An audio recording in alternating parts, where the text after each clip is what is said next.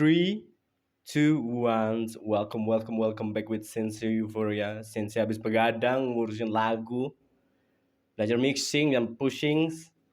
Oke, langsung aja. Ini tentang ijazah palsu Mr. Jokowi. You know Mr. Jokowi? Oke. Nah, ini kelanjutan dari konspirasi. What is the next konspirasi? What is the next konspirasi? Tentang ijazah palsu. Strategi-strategi apa yang perlu dilakukan oleh RRT. Oleh RRT. Jadi gini, esensi to the point aja ya, joknya kurangin aja. RRT sudah melakukan penelitian kualitatif deskriptif. Itu tahap pertama yang benar sekali. Dia melakukan yang namanya description terhadap ijazah menggunakan image processing, ELA, atau Dr. Tifa menggunakan apa itu ilmu baru itu. It's a good thing. Mereka menerbitkan buku dan itu tahap yang bagus. Jadi sedikit Sensei jelaskan sedikit ya. Sensei ini gini-gini kan S1 ya.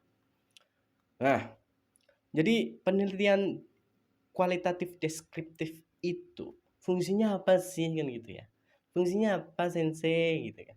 I will explain to you fungsinya apa. Fungsinya adalah untuk menggali informasi dari sebuah objek. Menggali informasi dari sebuah objek, karakteristiknya lah, ya kan, sifatnya, asal usulnya, prosesnya, deskriptif, ya kan. Objek itu diteliti menggunakan apa yang disebut dengan metodologi. Dan metodologinya banyak, bisa digital, manual dan sebagainya, gitu ya. Artinya apa? Artinya untuk mencari, ya kan, behind the scene dari sebuah objek, maka dilakukan yang namanya penelitian deskriptif kualitatif. Jadi penelitian itu bercerita, menghasilkan sebuah narasi ilmiah, oke? Dan itu universal. Oke, ya. Nah, itu gimana Sensei, apa namanya? Ilustrasinya kayak apa sih Sensei gitu. Ini contoh ya. Contoh dari penelitian deskriptif. Contoh nih, biar kamu tahu ya kan, biar kalian tahu. Jadi misalnya ada domba, banyak ada domba. Dombanya misalnya 100 gitu, populasi ya 100. Contoh ya, 100 halo. Semoga nggak mati nih anunya nih. Oke, yang sinyal lah. Jadi ada domba 100. Ups, goyang terus, anjir goyang terus. Nah, ada domba 100. Lalu ada satu serigala masuk ke kawanan domba. Dia pakai mantel bulu domba. Ya kan? Nah, di situ kan nggak kelihatan tuh. Mana ini serigalanya? Kok tiap hari dombanya mati satu gitu. Akhirnya dilakukanlah yang namanya penelitian kualitatif deskriptif. Ya kan? Kita lihat, kita cari objeknya, kita temukan objeknya, mana ini? Serigalanya mana? Akhirnya, oh, kalau bulunya putih, lembut dan tumbuh, ya kan? Tiap minggu, tiap hari tumbuh, oh itu berarti domba. Oh, kalau suaranya mbek, domba. Oh, ada tanduknya nambah, oh itu domba. Ya, oh kalau lari dia, lari. Dia nggak ngendus, dia makan rumput. Oh itu kok nggak makan rumput ya? Itu kenapa nggak makan rumput? Itu deskriptif. Jadi menemukan ciri-ciri yang berbeda dari populasi. Itulah gunanya penelitian deskriptif. Akhirnya itu, oh si itu ternyata serigala. Itulah yang dilakukan oleh Roy Suryo. Dia meneliti dari populasi ijazah-ijazah yang pernah diterbitkan oleh ITB lagi anjirnya salah. UGM. Apakah ijazahnya Pak Jokowi itu serigala? Jika diibaratkan bahwa ijazah adalah kambing atau domba, maka ijazah satu Pak Jokowi yang nyele sendiri, aneh sendiri, mencurigakan sendiri, kita kategorikan sebagai serigala. Lalu dideskriptifkan seperti itu tadi. Oh ternyata 99% kata Roy Suryo dan teman-teman dan banyak pakar, itu adalah serigala. Itu tidak asli, artinya bukan dari UGM. Tuh, katanya dari pasar pramuka. Wow, pramuka bisa jadi pasar. Pasar pramuka, pasar pramuka. Next, lalu setelah sukses dengan penelitian deskriptif kualitatif, apa selanjutnya yang dilakukan? Kalau ini tidak dilakukan, maka sepak terjang Roy Suryo kurang nendang. Apa itu? Nah, yuk tebak yuk, 1, 2, 3. Netero, netero, netero. Jadi, Roy Suryo harus melakukan yang namanya penelitian komparatif, uji komparatif. Jadi, kalau tadi ijazah dijadikan objek, sekarang ijazah palsu Pak Jokowi dijadikan subjek. Kurang satu. Jadikan subjek. Kalau tadi kan jadikan objek deskriptif. Sekarang dijadikan subjek komparatif namanya. Tetap masih kualitatif, tapi subjek komparatif. Nah, kalau sudah itu dilakukan, maka 100% bulat. Itu palsu atau asli sudah bisa 100%. Karena memang harus begitu, deskriptif kualitatif dan komparatif kualitatif. Caranya bagaimana? Nah, Roy Suryo dan pakar-pakar, mau pakar dari UGM, ya Roy Suryo pakar dari UGM ya, mau pakar dari Mabes, mau pakar dari swasta, mau pakar dari ormas, mereka akan menjadi penguji. Nah, di sini kuncinya. Penguji ya kita uji rame-rame lah di TV lah ya kan. Rame-rame kita melakukan uji komparatif, rame-rame gitu. Kita ambil populasi ya kan. Di zaman itu, ya, di zaman Pak Jokowi lulus atau Pak Jokowi kuliah.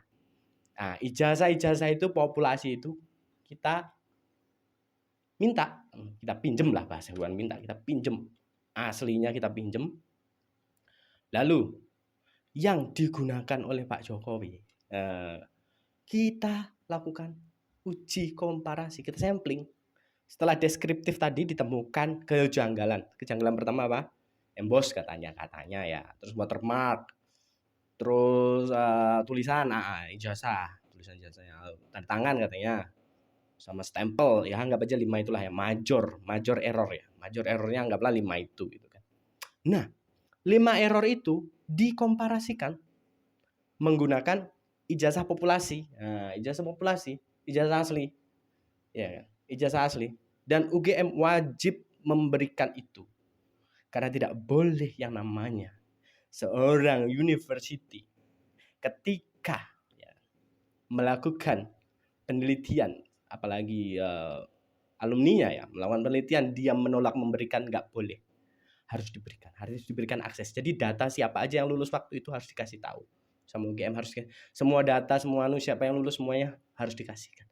Dan ya kan, lulusan itu yang lulus dari UGM itu harus sukarela, ya kan, menjadi populasi dari ijazah yang akan dikomparasikan.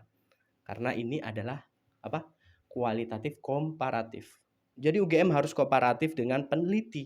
Nggak boleh, karena kalau tidak, ya kan, UGM bisa, apalagi rektornya bisa dituntut. Nah, karena menyembunyikan sebuah data.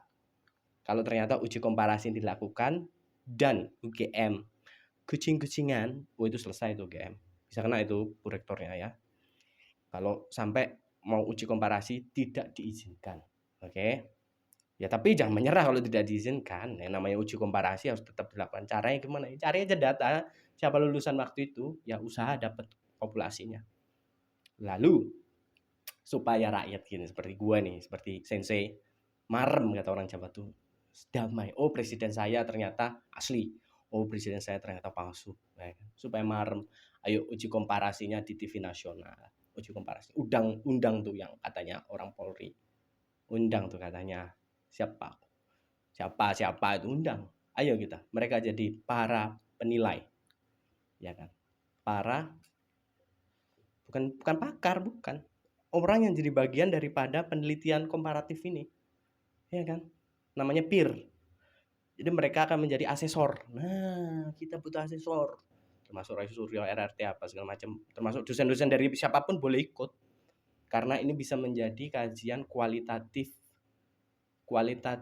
komparatif pertama lintas Nah, pertama lintas instansi ya bisa jadi ini yang pertama. Ini keren banget. Ini keterbukaan informasi yang sangat luar biasa. Jadi uji komparasi kualitatif. Nah, dari populasi nanti dicek 5 anomali tadi. 5 kejanggalan tadi itu benar-benar terjadi juga tidak? Terjadi juga tidak di ijazah palsu yang lain? Di ijazah palsu. Di ijazah yang lain, di ijazah. Misalnya ada namanya Endro. Oh, Endro ternyata mirip dengan punya Pak Jokowi kok. Ijazah aslinya. Asli loh ya, yang asli loh ya, bukan yang sekian-sekian ya, asli. Yang asli benar-benar yang asli. Nah, Joko ternyata ya kan dia anomali juga. Wah, berarti bolehlah ya kan. Terus ternyata apakah Pak Jokowi perlu mengeluarkan ijazah aslinya? Tidak perlu. Tidak perlu. Karena apa? Karena yang beredar dan sudah divalidasi dan dipakai adalah ijazah yang sudah diteliti. Tapi kalau Pak Jokowi mau ngeluarin ijazah aslinya pada saat uji komparasi, itu lebih bagus. Tapi kalau tidak mau juga tidak apa-apa. Karena yang beredar sekarang sudah diklaim asli. Ya kan? Jadi tidak perlu lagi nunjukin yang namanya analog, nggak perlu kalau punya Pak Jokowi. Kalau punya main lain perlu karena dia populasi. Nah, kenapa punya Pak Jokowi tidak perlu lagi yang asli? Karena dia sudah menjadi subjek, bukan lagi objek. Dia harus menjadi subjek karena dia sudah tertuduh. Sudah ada 5 anomali. Ini sudah masuk di kategori harus dikomparatif. Harus wajib diuji komparatif. Nggak bisa enggak. Jadi nanti cari anomali-anomali dari lulusan UGM yang lain. Ada tidak anomali? Kalau ada, nah berarti kasus ini mengambang sampai kiamat. Tapi kalau tidak ditemukan anomali, nah sudah 100% itu benar-benar palsu. Gitu ya. Kalau tidak ditemukan anomali di ijazah yang lain, di populasi yang lain, ya kan. Misalnya di domba itu, di domba dan singa. Wah, serigala. Wah, ternyata ada perkawinan silang antara domba dan serigala ya sudah. Tapi kan ternyata, itu harus dikomparasi dulu, harus dicek ya. Jadi Roy Suryo dan pakar-pakar dan Mabes dan UGM harus berani melakukan uji komparasi kualitatif demi ya kedamaian bangsa ini harus melakukan uji komparatif kualitatif. Wajib di TV nasional. Jadi asesornya harus nunjukin, ayo kita cek dari misalnya sampel dari populasi 30 kita cari. Dicek sama yang punya Pak Jokowi yang katanya asli itu. Lu kok nggak ada yang 30 atau berapa 20 kah berapa kah? Kok nggak ada yang anomali? Kok cuma Pak Jokowi doang yang anomali? Lah selesai sudah. Maka kalau itu terjadi anomali, kalau anomali itu tidak ditemukan di tempat lain dan setelah komparasi tidak ditemukan, maka fix itu rektor UGM bisa dituntut loh karena tidak melakukan penuntutan terhadap pengguna ijazah palsu. Kenapa ijazah anomali malah dikatakan asli? Tapi setelah komparatif ya. Kalau belum komparatif ya UGM masih santai tidurnya. Tapi kalau sudah komparatif dilakukan, walau itu rektornya bisa kena. Dia yang seharusnya menuntut 5 anomali itu sebagai pemalsuan, ternyata tidak melakukannya, malah membela. Oh ya itu asli dulu 5 anomali kok asli. Nggak bisa. Bu rektor, sekarang Anda harus melakukan penelitian komparatif. Kalau tidak, wah, Anda sedang melakukan konspirasi, Bu. Ya. Jadi Roy Suryo dan teman-teman lakukan demi saya, Sensei. Sensei itu ingin Indonesia bagus. Nggak masalah mau Pak Jokowi ada kekurangan atau nggak penting, namanya manusia. Tapi setelah tahu itu asli atau benar, kita bisa menerima.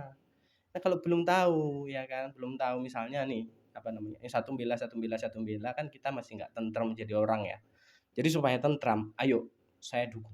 Sensei dukung uji kualitatif komparatif. Kalau ternyata asli, ya kita terima bahwa itu asli. Ternyata ada anomali juga di ijazah yang lain. Tapi kalau tidak ditemukan anomali di ijazah analog yang lain, ya kan? Rektor UGM harus bertanggung jawab atas statementnya kenapa bilang asli pada sebuah anomali yang sudah dilakukan menggunakan penelitian kualitatif deskriptif. Kenapa ada anomali belum dilakukan uji komparatif sudah dibilang asli, kenapa? Dan kalau sudah dilakukan komparatif dan ditemukan anomali itu bahwa itu anomali cuma punya Pak Jokowi, rektor UGM atau pihak UGM harus menuntut Pak Jokowi dong. Kenapa Pak Jokowi Anda bilang ini asli padahal ada anomali? Harus dituntut dong. Dong. Jadi Sensei pada posisi ini netral aja. Cuma memberikan saran terakhir untuk kejujuran bangsa ini. Oke, sekian dari Sensei nggak mau panjang lebar. Sensei dukung penelitian komparatif, kualitatif, lintas instansi. Dan kalau benar bahwa anomali itu ternyata terjadi juga, 5 anomali itu terjadi juga di ijazah-ijazah analog yang lain, maka Roy Suryo, Tiva, dan Rismon wajib meminta maaf pada rakyat Indonesia. Wajib, karena anomali itu ternyata terjadi juga di analog-analog yang lain. Tapi kalau tidak terjadi setelah uji komparatif, maka Rektor UGM wajib bertanggung jawab atas statementnya. Kenapa anomali dibilang asli? Dan UGM wajib menuntut Mr. Jokowi. Kenapa Anda menggunakan ijazah palsu dengan 5 anomali error untuk menjadi pejabat publik? Untuk Indonesia, kenapa tidak kita jujur saja? Kenapa tidak kita melakukan penelitian sampai tuntas?